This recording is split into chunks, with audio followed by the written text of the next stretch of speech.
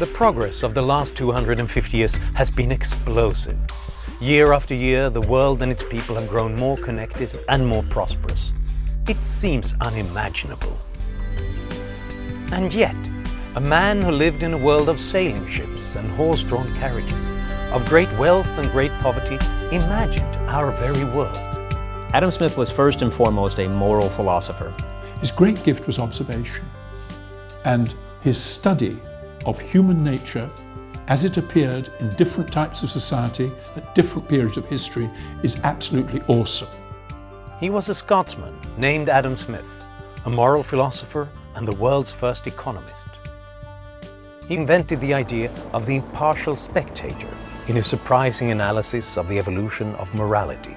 And I'm fascinated by Adam Smith, a man who would turn the notion of how societies and economics work on its head and make way for the modern age.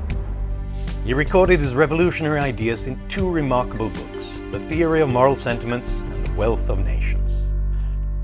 Smith felt that ethics and morality mattered in life and in business. Today we'll explore the concept of morality in the marketplace.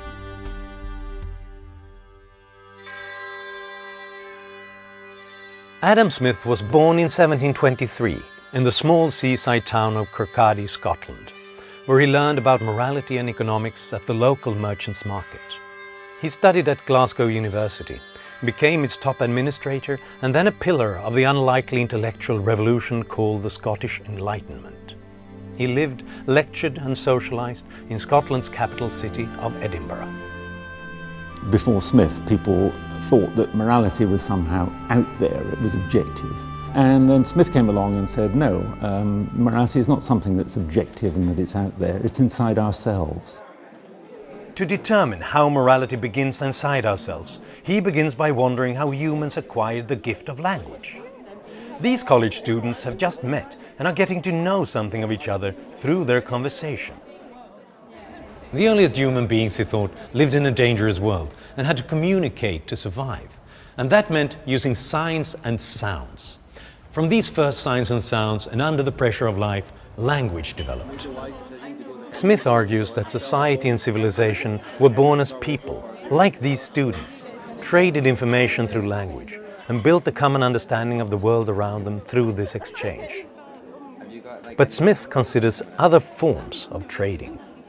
The offering of a shilling, which to us appears to have so plain and simple a meaning, is in reality offering an argument to persuade. And in this manner, everyone is practicing oratory on others through the whole of his life. What Smith sees from a very early stage is that this business of exchange can actually lead us into investigating how we acquire values. Not just information, but values, how we acquire ideas of what's good and evil. Good and evil fascinates Smith, and in his lectures he asks, how do human beings develop a sense of morality? The sine qua non of Smith's moral theory is what he called sympathy, what we might today call empathy.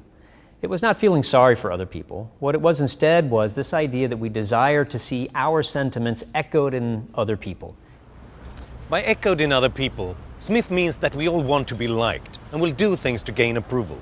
He thinks that in ordinary everyday interactions with people, we come to learn when others like us and when they don't. It's kind of like the Rockefeller Center in New York, that really Christmassy vibe. This fellow is a bore, and he's insensitive. His friends are getting tired of him, and their expressions and body language reveal their disapproval. We ourselves, we're approved of when we do certain things. We're disapproved of when we do other things. We watch other people in society. We see the way in which they're approved of and they're disapproved of when they say certain things, when they do certain things. Smith took a kind of evolutionary view 100 years before Darwin. He knew that there was something in us as social creatures that made us follow a moral path, because if we didn't, if we went around robbing and stealing and killing each other, then we wouldn't get very far as a species. How do we move from knowing how to act in social settings, of how to be approved of and disapproved of, to knowing the difference between right and wrong? How do we solve the moral dilemmas that we all face each and every day? This man is in danger of losing his wallet. It's full of cash. What do you do? Keep it all? Keep the cash but return the wallet? Or do you just give the wallet back untouched? What do we do?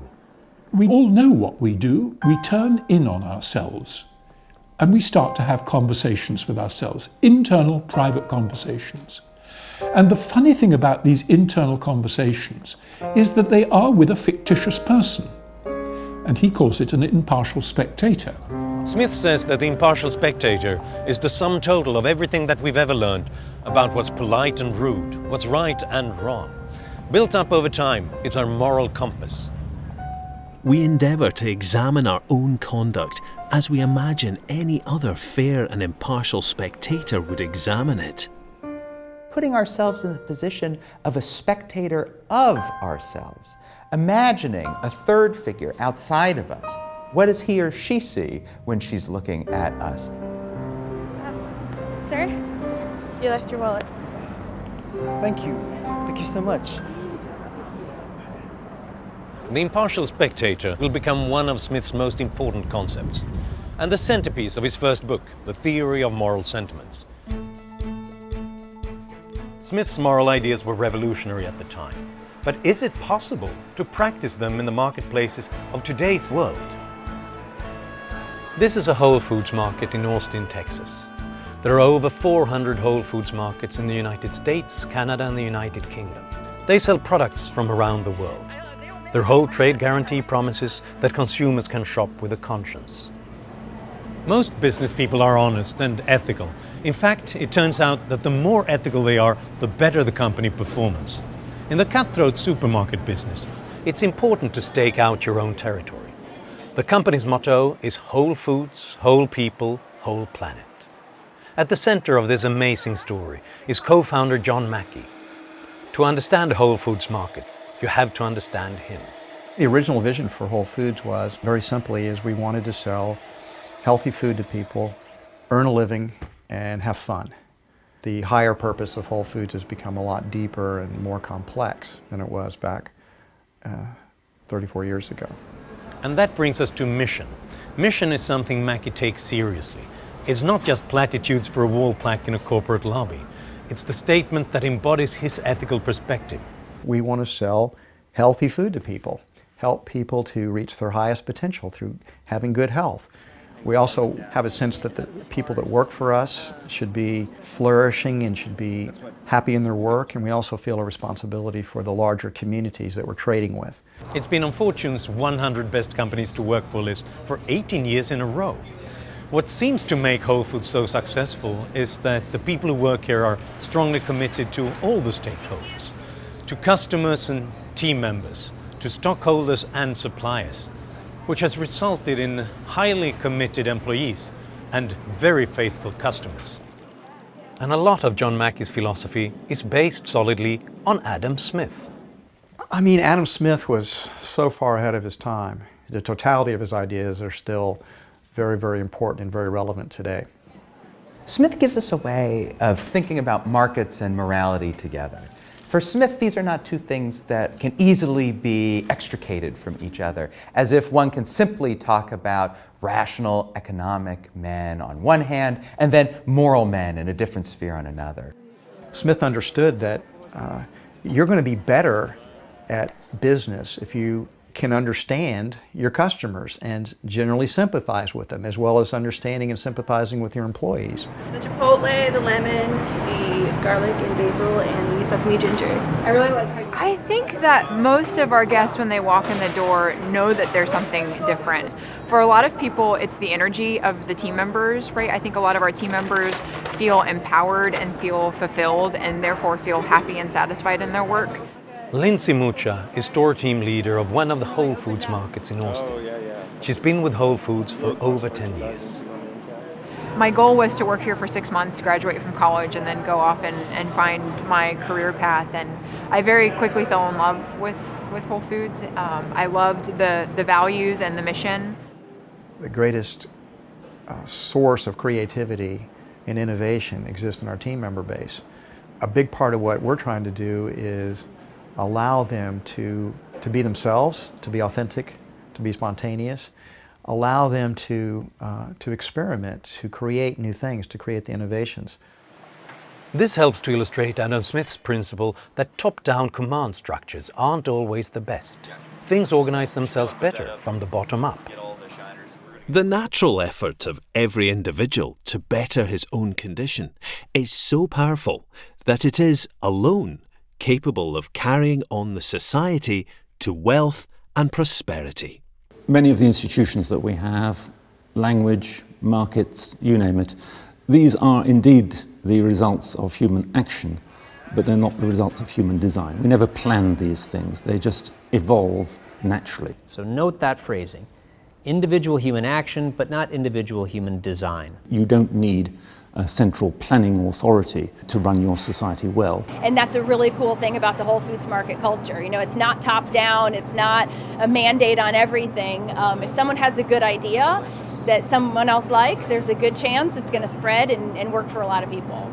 Carol Medeiros is produce coordinator at Whole Foods Markets in Austin, Texas. I would say that, you know, we're always trying to find what's new and what's next, and a lot of times, most of the time, our best ideas come from the team members that work in the stores every day. Because the team members genuinely care, because it's theirs, right? Whole Foods Market's success in promoting healthy foods has spawned increased competition in the marketplace. In response, the company is opening a new line of stores called 365 by Whole Foods Market, which they hope will make their products more accessible to more consumers.